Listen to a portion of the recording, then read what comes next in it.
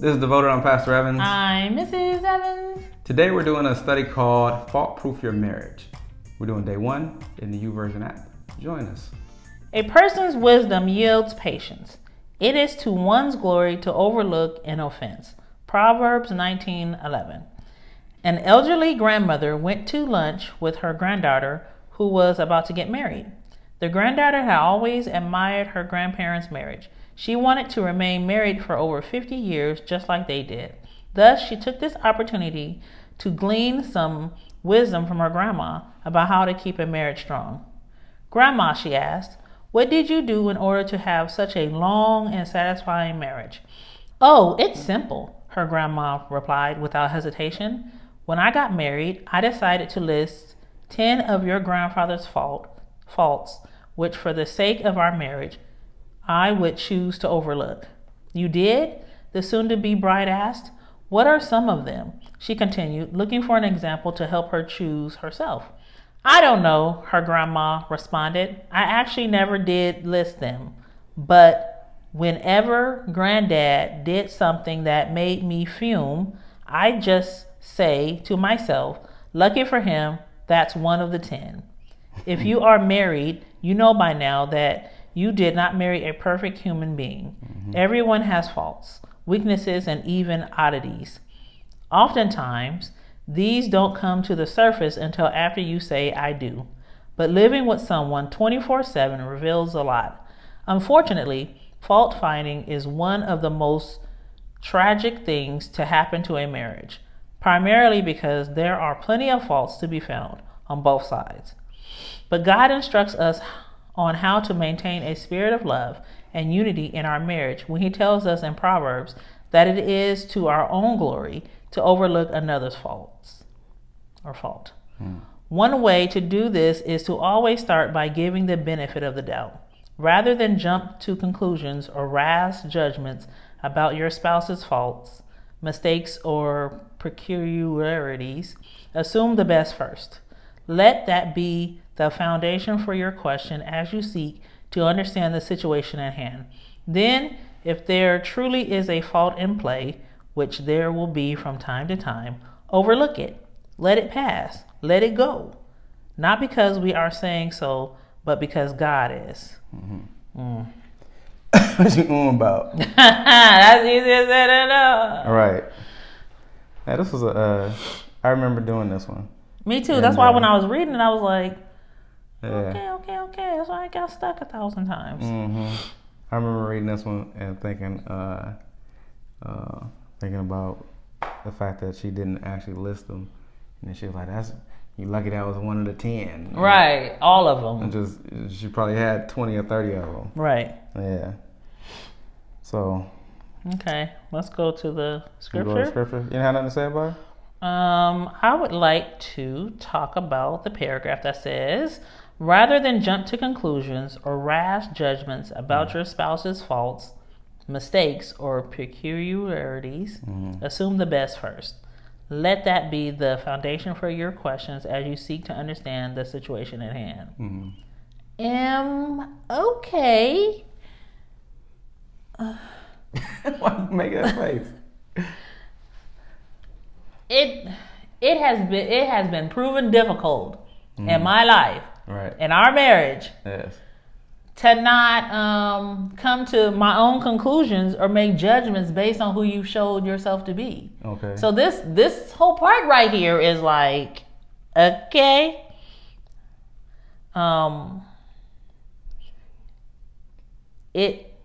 it's hard to get the more information that they're talking about here before I make my mind up. Okay.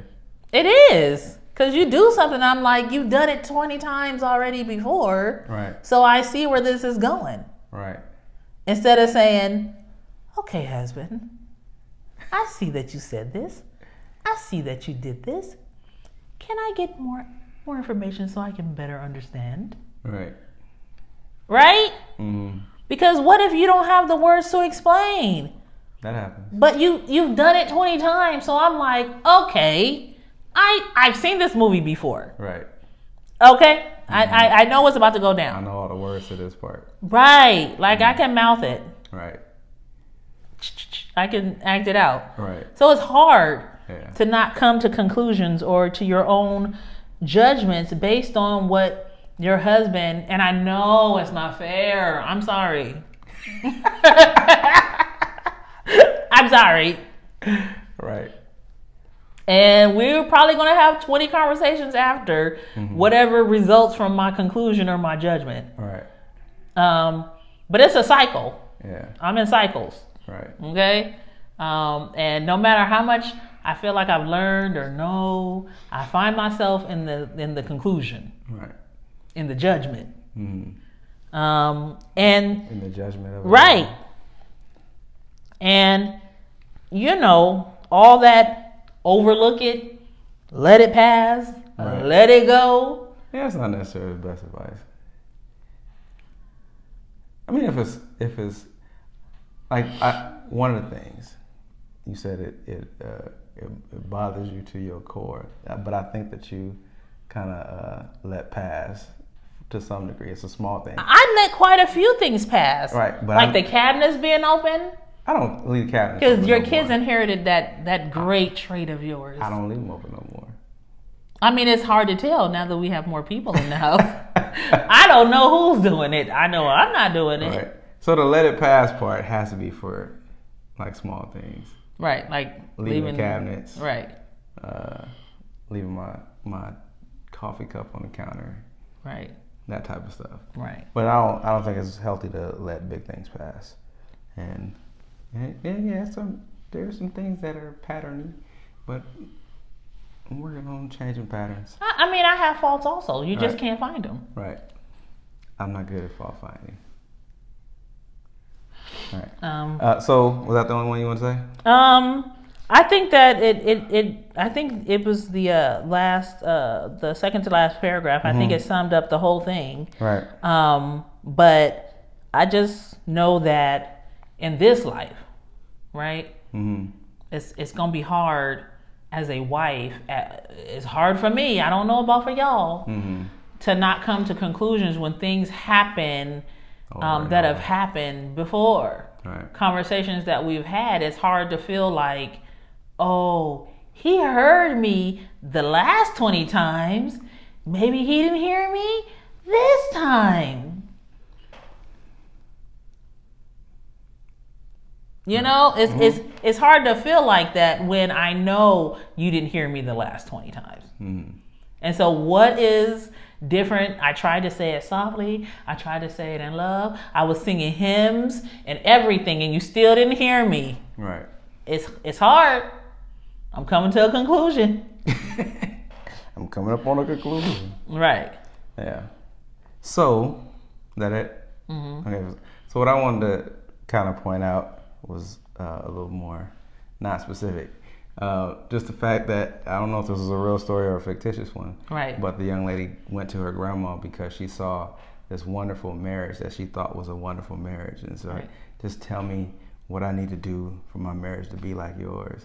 And her grandma was like, I don't have nothing for you, because the reality is it's hard on these streets. It's hard on these streets, and you don't really know what you're getting into until you get into it. Right. You can be prepared for marriage, but you're never necessarily going to be ready for marriage, because the passage also says you don't know what you're getting into until you're living with somebody 24 hours, 7 days a week, and those things come up, and then you find out that there's a pattern here. Right, but then but even those things are not unlocked until you have until you commit in marriage. Right. Because you could be boyfriend or girlfriend living together for 10 years. Right. And be living together and worked out some things, but it's a special something that gets unlocked. Right. When you got a husband and wife. You get a special code. Right. Special access once you get married. So the scripture for this one is Proverbs 19:11. A person's wisdom yields patience. It is to one's glory to overlook an offense. Right.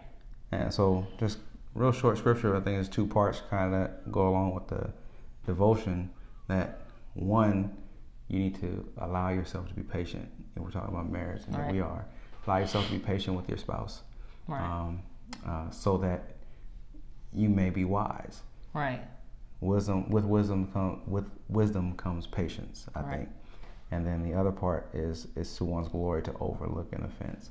And I don't think that overlook, I'm sure that overlook doesn't mean like just pass it over, but to give grace maybe until you can work that through, and try to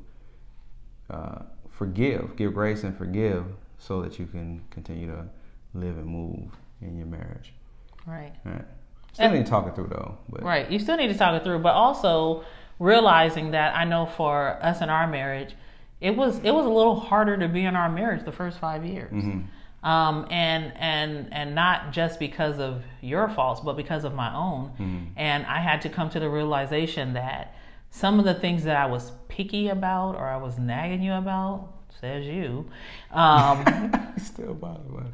I realized that there was rooted in those things my ability to have control over my life. Mm-hmm. When I was in my father and mother's house. And so I began to live by myself, and I could have total control.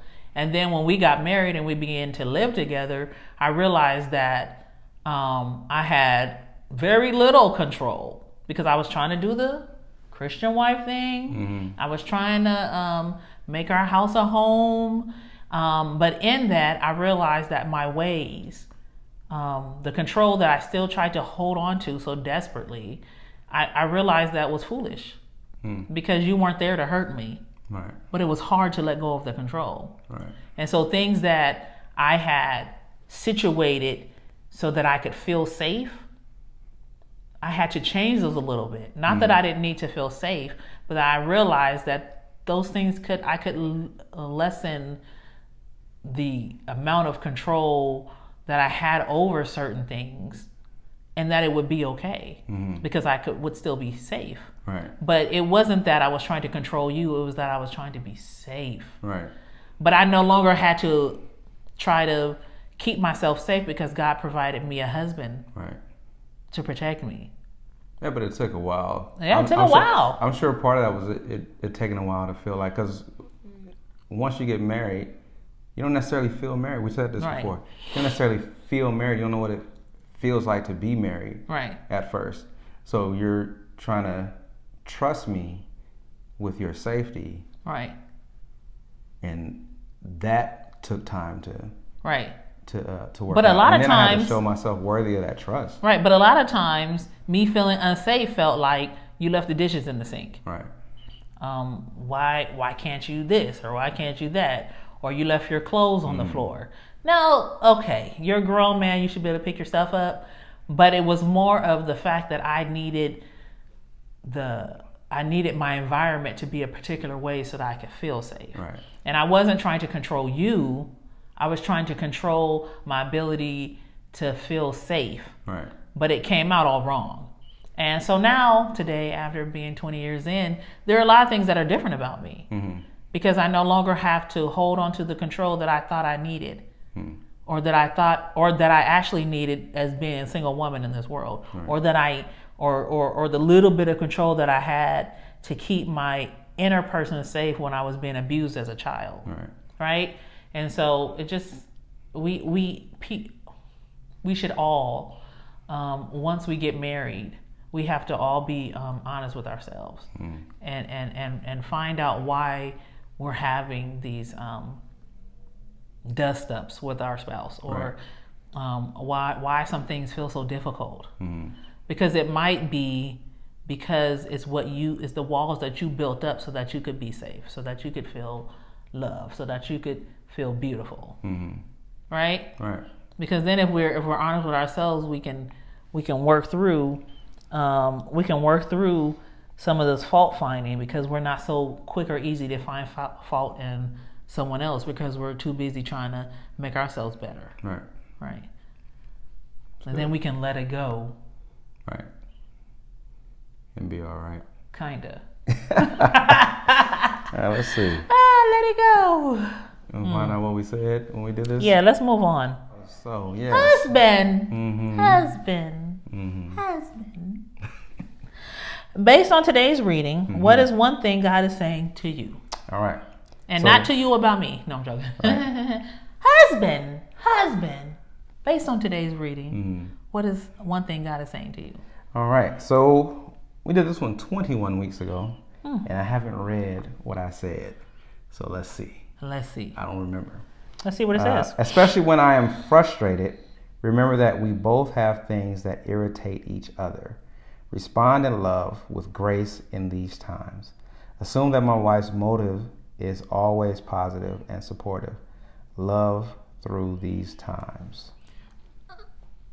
That's interesting because but it's interesting. Let me just say Okay, what's interesting. All right, go ahead. Because you put on this way. What way? As if I don't irritate you. I don't say you don't irritate me. But other than me clinging my teeth with a fork, right? You've never even expressed that I'm irritating to you. We get irritated with each other. But I would have to make the assumption. Right. I've never seen it. You've never seen it? Right. Oh. So when you say... When I'm frustrated? Yeah, when is that? Right. When is that?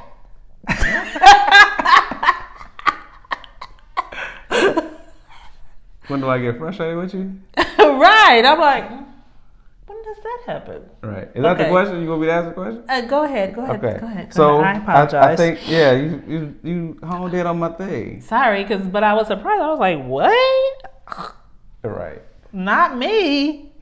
So let's see. What is God saying to me today? What is God?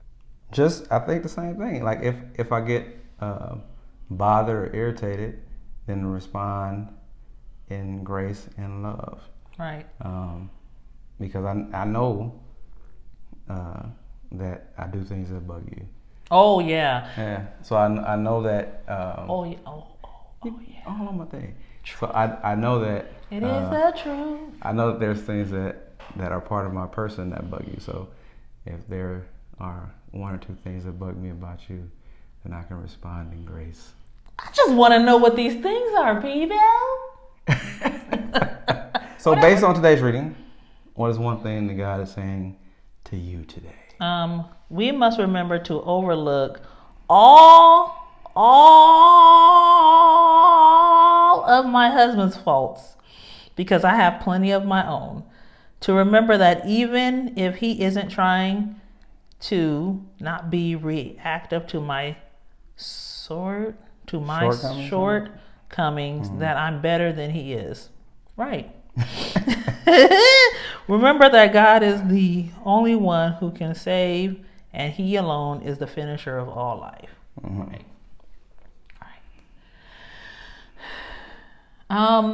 Just to remember that there were a lot of things that I had to do to become a better person for Christ. And some of those things you didn't necessarily, you didn't tell me at all were irritating, but I had to reflect for myself and say, that's a little irritating. And so I took it upon myself to change. Now, I don't know if you were irritated by them because, again, not your girl. But you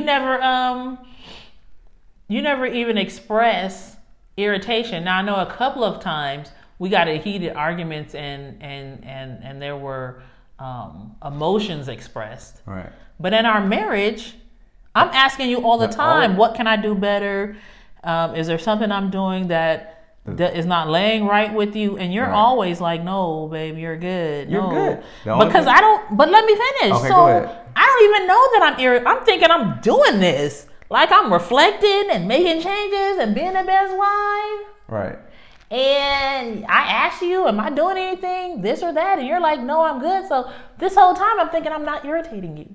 We've had this conversation before, though. Like the thing that irritates me about you is really just the one thing, just like the way things come out, and it's just the way that you talk sometimes. It's the same one thing. But it's the same one thing. That's Yeah. like the one and only thing. Yeah. But I thought we everything else, like the things that irritate you about me are things that I'm like, oh, okay, I need to fix that. So if you express it, the thing that gets me is when you express your irritation in a way that feels like, oh, you could have said that differently. But you don't ever say it. But I told you, because I already told you that. I'll tell you. You tell me that the way that I say things. Right, but you worked on that, and you say things differently, and every once in a while you'll say things, and I'll look a particular way, and you be like, I'm sorry, I didn't mean to say it that way, and then we move on. Because I know I'm better than he is. Right, you wrote that. She wrote that too. I have to remember that I'm better than him. No, but seriously though. Right. But that's because I'm always in a state of reflection. Mm-hmm. I try to stay in reflection because I know I'm not perfect. Mm-hmm. And then without any feedback, it's hard to know, like, okay. So I'm always praying. Mm-hmm. Always trying to hear from the Lord. Mm-hmm. Always reflecting because I want to be the best wife that I can be because you deserve it. Mm-hmm. Oh, I love you. I love you too. Okay? All right. So, anything else you want to say? Me neither. Mm-hmm. Well. That's it. That's all. That's it. That's all. This has been Devoted. See you next time.